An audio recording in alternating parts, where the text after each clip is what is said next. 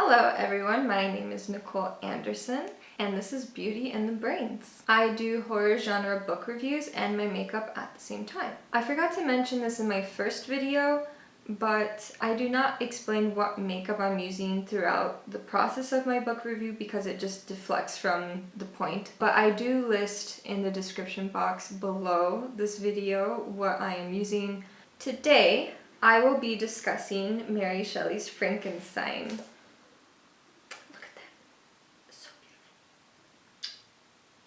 But wait, stop. In this video, I will be going over some really sensitive information about, I guess let's just call it pregnancy-related trauma. Nothing about me, but in regards to Mary Shelley. So if you're sensitive to that sort of discussion, I totally understand if you do not want to watch this video. For those of you who can stomach this sort of discussion, and are curious as to why I'm talking about something like this in regards to Mary Shelley and Frankenstein, well then just buckle in because you're in for a ride. Mary Shelley. Gosh, where do I even begin? She had so much amazing things in her life. I like to go over background. What was her family like? Basically the same as what I did with Dracula, with Bram Stoker, is I want to know what was happening. I already gave you a brief timeline of what kind of books were coming out before Mary Shelley was born in the Dracula one, so I'm not going to go over that again. I have no idea what kind of look I want to do today. Should it be glam? Should it be spooky? Oh, I don't like that. Okay. Just gotta deal with it. Okay. Mary Shelley, her mother, was Mary Wollstonecraft. Now, I have to give a little bit of a background about Mary Wollstonecraft because not a lot of people know about her unless they are into feminist studies. Basically, Mary Wollstonecraft is seen as one of the first feminists. She's talked about as if she's the mother of feminism, which is highly debatable, but let's just go with it, yeah? She was a feminist philosopher as well as just an in general philosopher, which if you don't know that much about history, that was really weird for her time. She was a pioneer, so we gotta tilt our hats to her, you know? So no wonder why Mary Shelley was such a badass and such a pioneer for her time. You know, she was walking in some really big shoes. Or, that's not the phrase, is it? I don't know the phrase. She had some big shoes to fill out? Is that the phrase? Anyway, so Mary Wollstonecraft died very shortly after giving birth to Mary Shelley. Mary Shelley, when I say Mary from now on, I mean Mary Shelley. Mary had to learn about her mother's legacy through her father. He had published his wife's works post-mortem. So the famous works that we read as feminist philosophy today, that's with the things of her husband publishing them after her death. So he sounds like a good guy. Mary's father remarried, and just like any typical gothic novella, she had an evil stepmother. Her stepmother sucked so hard. Oh my gosh, what a bit. Oh. Mary Shelley's stepmother, get this, didn't like Mary Shelley, and she decided that Mary Shelley did not need to have an education. However, she just, obviously let her own children get an education, so Mary Shelley was like, okay, F you, I'm gonna get an education anyway. And that's what she did. I mean, it wasn't that hard for her. She was from a very wealthy family, and her father had this bonkers library in their house, so it's not like she was lacking to begin with. So she just taught herself how to read, and she just went through all of her father's books. As I said previously, Mary Shelley's father was also a philosopher. He was teaching Percy B. Shelley, and that is where Mary Shelley, well, she wasn't called Mary Shelley at this point, but she would be soon. This is where she met him. And now, he was already married at the time, but Mary Shelley was like, I don't care if people judge me for being a homewrecker. I'm gonna get this. You know what I'm saying? It's okay if you gotta start over. Starting over. Yeah, so, Mary Shelley wanted to get out of her house real quick because, I mean, she did not have a happy home life. She hated her stepmother very much. She was a very toxic woman. She did love her father, and he educated her very well. And it is because of her father how she eventually meets her husband.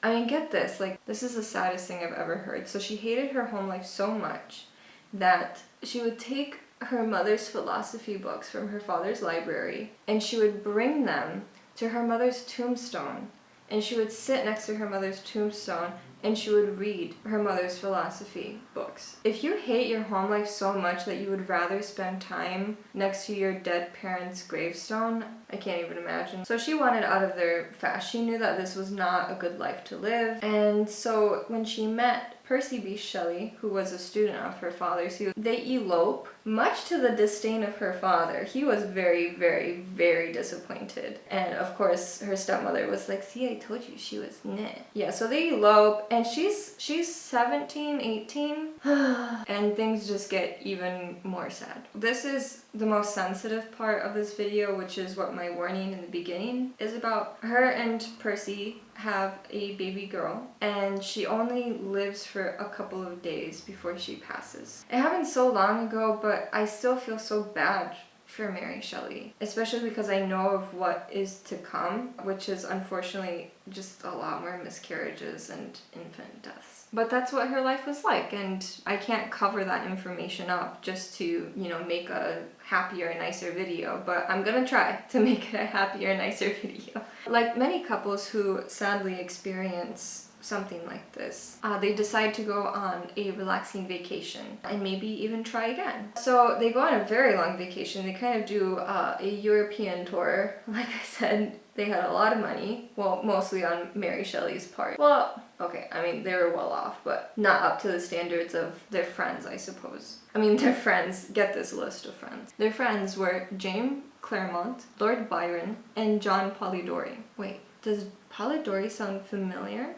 Yes, I mentioned Polidori in my first video, Dracula, because Polidori was the very first vampire novelist to write a story, because there were some poems about vampires before, but never an actual novel. And it's based off of, not Dracula, but he bases it off of Lord Byron. They go through Germany, and it is reported that they don't see the Frankenstein castle. I don't know why. Maybe it just was really out of the way for them, or maybe they didn't hear about it until last minute. I have a theory that Mary Shelley, while they were in Germany, that Mary Shelley just met someone along the way that had that surname. Yeah, so now that I have that castle story covered, my point is that she says that she was not inspired by the Frankenstein castle in Germany, but that she was inspired by the Claremont Castle, which was in, I believe, Switzerland. Let me check. So they make it to Switzerland. They're probably making it on the way back to England because this was one of their last stops. I'm going to be a little bit extra here. Legend says that this crew of authors were boarded up at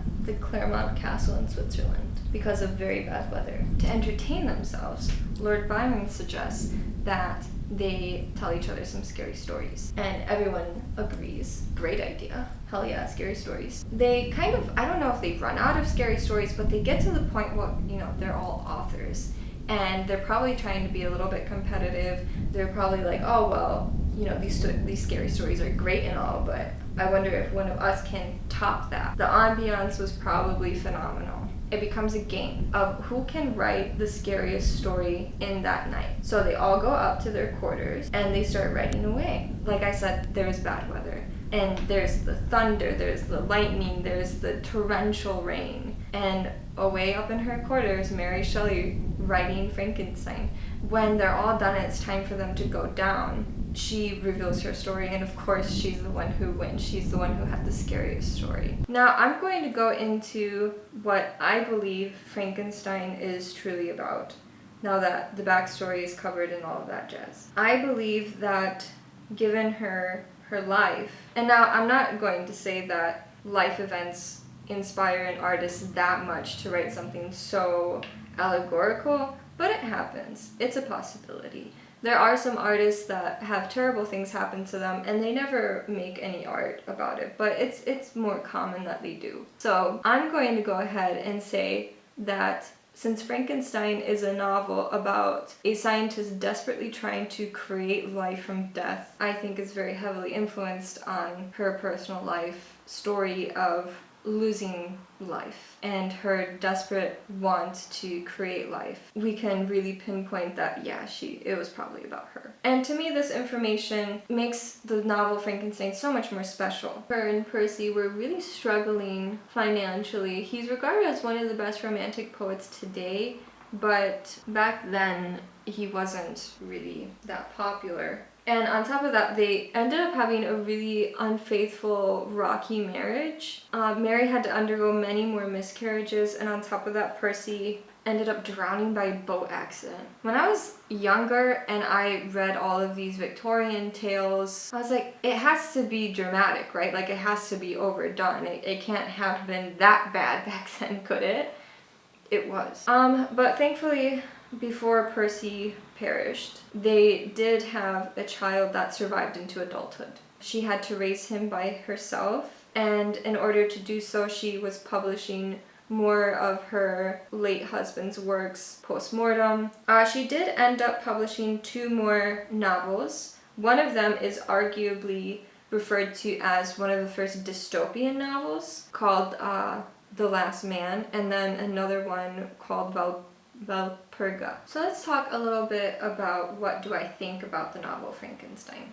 I grew up watching the Frankenstein movies, Frankenstein cartoons, since I was very, very young. And for a long time, just like with Dracula, I didn't think that I had to actually read the novel because I had seen so much of the movies and the cartoons and stuff that I was like, I already know this story. I don't have to read it. I was like, I was a little shit. I ended up reading Frankenstein just about 3 years ago. It was one of my, if you go back on my Instagram, it's one of the very first reads that I feature on my Instagram blog, and I adored it. You get a totally different experience reading the story than, you know, watching an adaptation. Now, I actually prefer the novel Frankenstein over the novel Dracula. If you want to come and chop off my head, go ahead.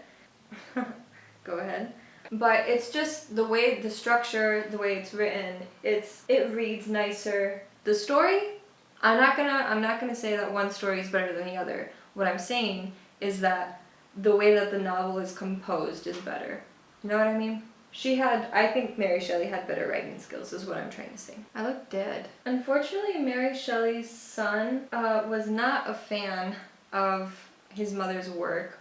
He was only really a fan of his grandfather's work and his father. He was a bit sexist. I don't know how that happened. Thought she would have raised him, you know, tried to raise him a little bit differently, but it is said that he was like disappointed in his mother's legacy, and he was embarrassed and ashamed, but he tried to dumb down his mother's story. So thankfully they're not lost to time, and we still have these stories, and he didn't suppress them so much that it's still an anonymous story and that we know that it was written by Mary Shelley. How about we go into some fun facts? So there is no Igor, or Igor, if you know what I mean. I like you. He does have an assistant, but it just not the name Igor. That's a totally fabricated thing from Hollywood Universal. And you know, I'm not old school, but I'm old school when it comes to the actors. I prefer the Bela Lugosi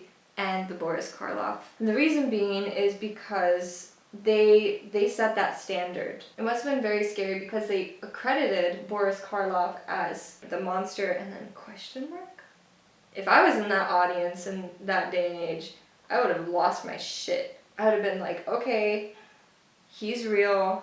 He's out to get me. I was thinking about doing Bride of Frankenstein makeup for today's video, but guys, it is hard to do your makeup and talk at the same time. I didn't think it would be this hard. And you probably don't even believe me that it's this hard, because I didn't think it was gonna be this hard either. Another reason why I did this look, this purple, yellow, green look, is because I wanted to pay tribute to the novel's description of Frankenstein, as well as the classic Boris Karloff version, which is green. So in the novel, he's actually not described as being green, but more so yellow. By the way, stop calling the monster Frankenstein. That's not his name. He's just referred to as the monster. Frankenstein is the name of the scientist, alright? It's pretty easy. Just remember Frankenstein, scientist. saying Frankenstein's monster is very acceptable. I'm okay with that. Okay, I didn't have that much to say while I was doing my eyebrows and my mascara, so we're just gonna jump ahead. This is my edition of Frankenstein. If you're living in Hungary, in Budapest, you can find these, yeah, they're called Macmillan books, and they have these at Libri in the English section, as well as the independent bookstore called Bestsellers near the St. István Basilica. It has beautiful illustration. This is the Boris Karloff version. And then on the back you can see Victor Frankenstein. So I highly suggest that you get Macmillan books, not an ad. I'm just really professing how much I love these books to you all. So yeah, thanks for watching my video. Thanks for seeing me put this look together. I hope you like this gothic look and that you will stay tuned for next week's video, which will probably be, now I'm not making any promises, but it will probably be Danse Macabre by Stephen King. So thanks for watching, bye!